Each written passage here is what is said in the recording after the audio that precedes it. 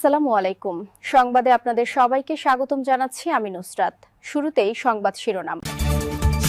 আমি বলিনি ইরান যুদ্ধ শেষ হয়ে গেছে। ট্রাম্প। ইরান কখনো শত্রুর সামনে মাথা নত করবে না। পেজেশকিয়ান। ট্রাম্পকে খুশি করতে ইরান প্রস্তাব লেখে না। চীন সফরে যাচ্ছেন ট্রাম্প। আলোচনায় যেসব বিষয়।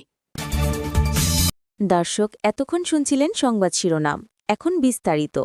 আপনি যদি ইসরায়েলের ধ্বংস চেয়ে থাকেন তাহলে চ্যানেলটি সাবস্ক্রাইব করে দিবেন এবং ভিডিওতে লাইক করে আপনার মূল্যবান মতামত কমেন্টে লিখে জানিয়ে দিবেন। এখন বিস্তারিত।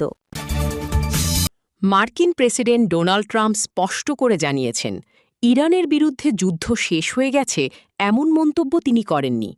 রোববার ১০ মে মার্কিন টেলিভিশন নেটওয়ার্ক এবিসিকে দেওয়া এক সাক্ষাৎকারে ট্রাম্পে কথা বলেন।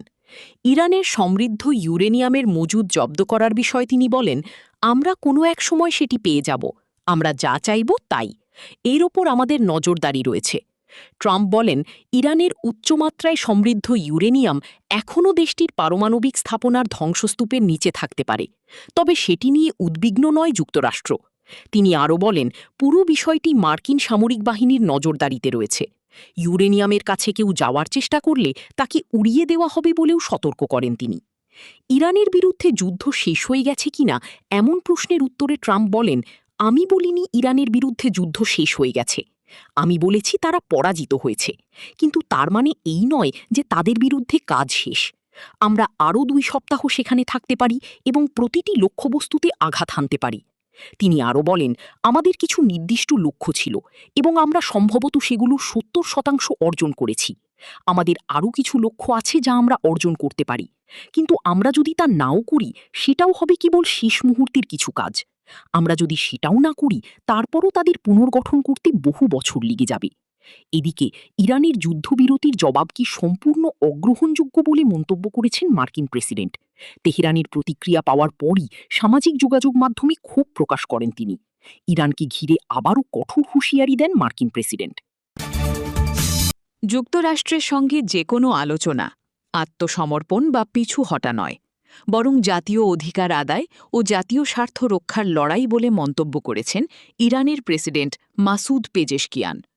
রবিবার ১০ মে সামাজিক যোগাযোগ মাধ্যমে দেওয়া এক পোস্টে তিনি এই হুঁশিয়ারি দিয়েছেন। খবর সিএনবিসির। পোস্টে তিনি বলেন, ইরান কখনো তার বৈধ অধিকার থেকে সরে আসবে না। আমরা কখনো শত্রুর সামনে মাথা নত করব না।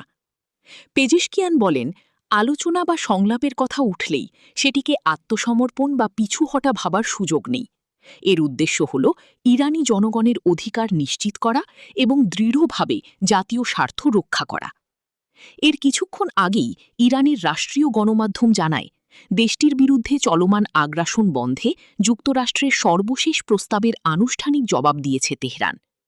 রাষ্ট্রীয় বার্তা সংস্থা জানায়, ইরানের পক্ষ থেকে স্পষ্ট করে বলা হয়েছে, বর্তমান পরিস্থিতিতে যুক্তরাষ্ট্রের সঙ্গে যে কোনো আলোচনা শুধুমাত্র যুদ্ধবন্ধের বিষয়কে কেন্দ্র করেই হতে হবে। পারমাণবিক কর্মসূচি সহ অন্যান্য ইস্যু পরে আলোচনায় আনা যেতে পারে। জবাবে ওয়াশিংটনে সাংবাদিকদের সঙ্গে আলাপকালে ট্রাম্প বলেন, ইরান যুক্তরাষ্ট্রের মূল দাবিগুলো মানতে ব্যর্থ হয়েছে, বিশেষ করে তেহরানের পারমাণবিক কর্মসূচি এবং উচ্চমাত্রায় সমৃদ্ধ ইউরেনিয়ামের মজুত নিয়ে ওয়াশিংটনের উদ্বেগের সন্তোষজনক সমাধান তারা দেয়নি।